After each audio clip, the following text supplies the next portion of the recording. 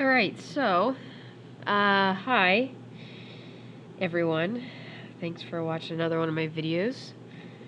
In this video, I'm just going to go over what to mark and, like, what you can say is true about different sides or angles of triangles based on information that's given to you. So this is all helping you to set a good foundation for writing proofs.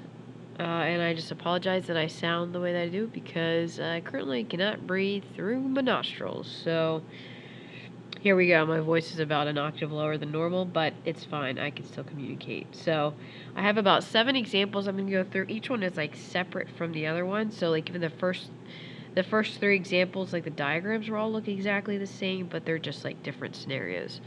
So if you want to pause the video as I go from one to the next so you can just like draw the diagram down, that might be helpful.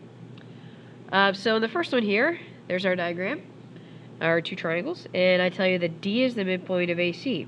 So if that's what we know, the definition of the midpoint is that it is the middle. It's the middle of a line segment, and it cuts that line segment up into 2 congruent segments. So I know that AD is congruent to CD, and I can say that AD is congruent to CD. That would be my statement, and the reason would just be the definition of a midpoint. There it is. That's what we know. Our next example here. Make sure it's straight.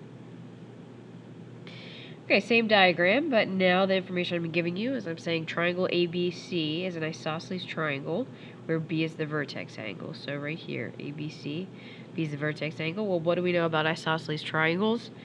We know that they have 2 sides that are congruent. So if this is what I'm told, then I know that AB and CB are congruent, and I can say AB is congruent to CB. That's my statement. The reason is because the definition of an isosceles triangle.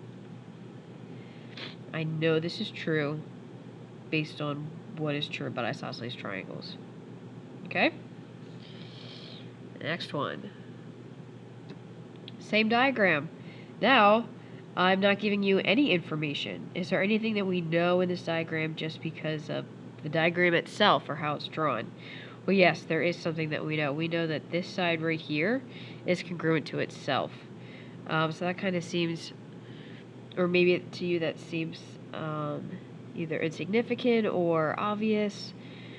But first of all, with proofs, you can't, I don't want to say you can't assume anything, but you have to write everything down. So that doesn't make sense to you yet because you're not writing proofs.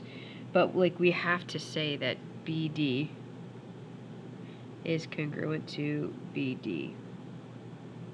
Because the thing is, if you like took these triangles and you like shoved them apart, that really is 2 sides. You know what I mean? Like it's the side of triangle bad, and it's the side of triangle BCD. It's just at the moment they're right next to each other, so it looks like one side. But we still have to say that it's congruent to itself. Now the reason for this is just because of the definition of the reflexive property. Reflexive property. Which just states that something is congruent to itself. So anytime that you have triangles that share a side, you just state it's congruent to itself, and then this is the reason. Okay?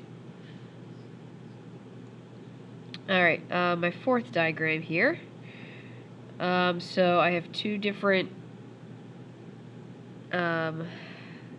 given informations here.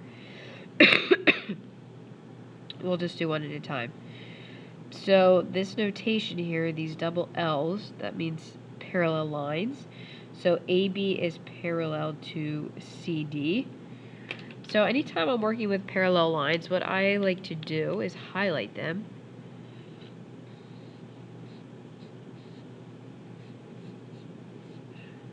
And I also highlight this line in between.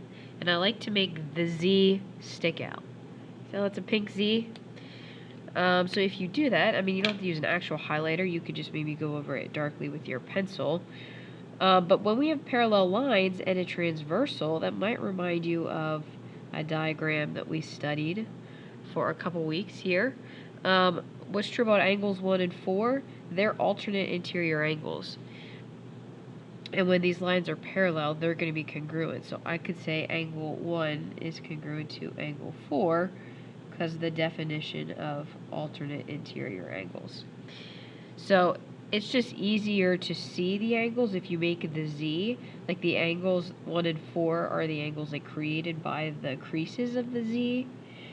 So that's just one way of helping you to see that. So now for the second statement here, AD is parallel to BC. That's going to be maybe a little bit harder to see. I should have started with the yellow maybe.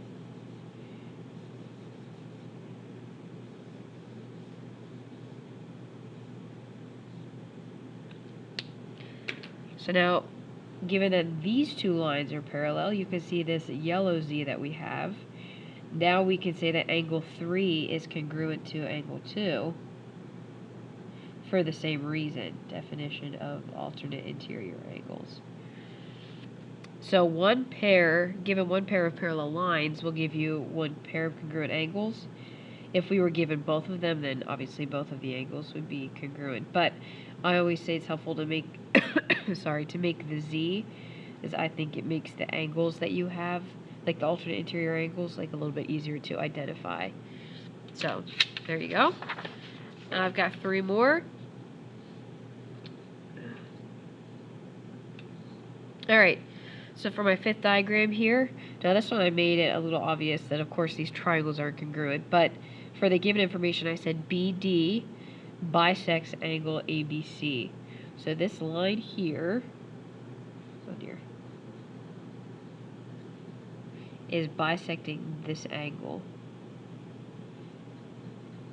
Okay? So anytime you have an angle that's being bisected, an angle that's cut in half, that means you're going to have 2 angles that are congruent. So since this line is bisecting a BC, like B is the vertex of the angle, that means angle 3 is congruent to angle 4. And the reason for that is because of the definition of a bisector. If you would just look up the definition of a bisector, it would just say it's a ray or a segment that cuts an angle or another segment in half. So if an angle is being cut in half, that means we now have 2 angles that are congruent. And I drew my diagram like this because a lot of times kids would say that these angles were congruent, 1 and 2, but the congruent angles are at the vertex of the angle that's being cut in half. Okay? Now, also in this diagram, I could say that BD is congruent to BD. That's true. We just talked about that. But I'm just going over the ones that are like specific to what I'm giving you.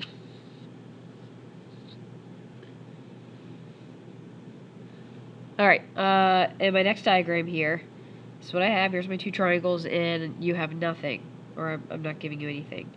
So this is the only other thing that can be assumed when we're working with diagrams of triangles. The one thing is like when they share a side, that side is congruent to itself. The other thing that you can know just by looking at it is vertical angles. Right? If you remember, vertical angles are created anytime you have lines that are intersecting. They're the angles that are right across from each other, and vertical angles are always congruent. So there doesn't have to be anything that's said about this diagram, but you already know that those angles will be congruent. So I could say angle EFH is congruent to angle GFI. Now I need 3 letters here. I can't just use angle F because that's not specific enough. And the reason would be definition of vertical angles.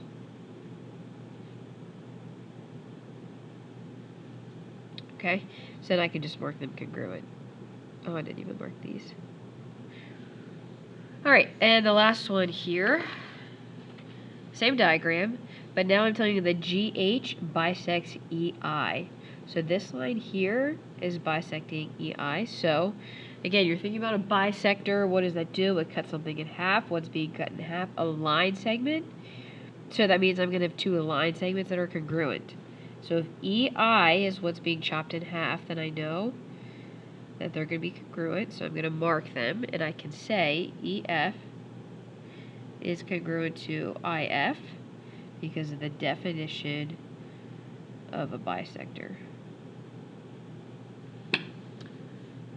Alright, so there you go. Just trying to get you started here on proofs, and I hope that all makes sense and that you can understand my snot voice right now.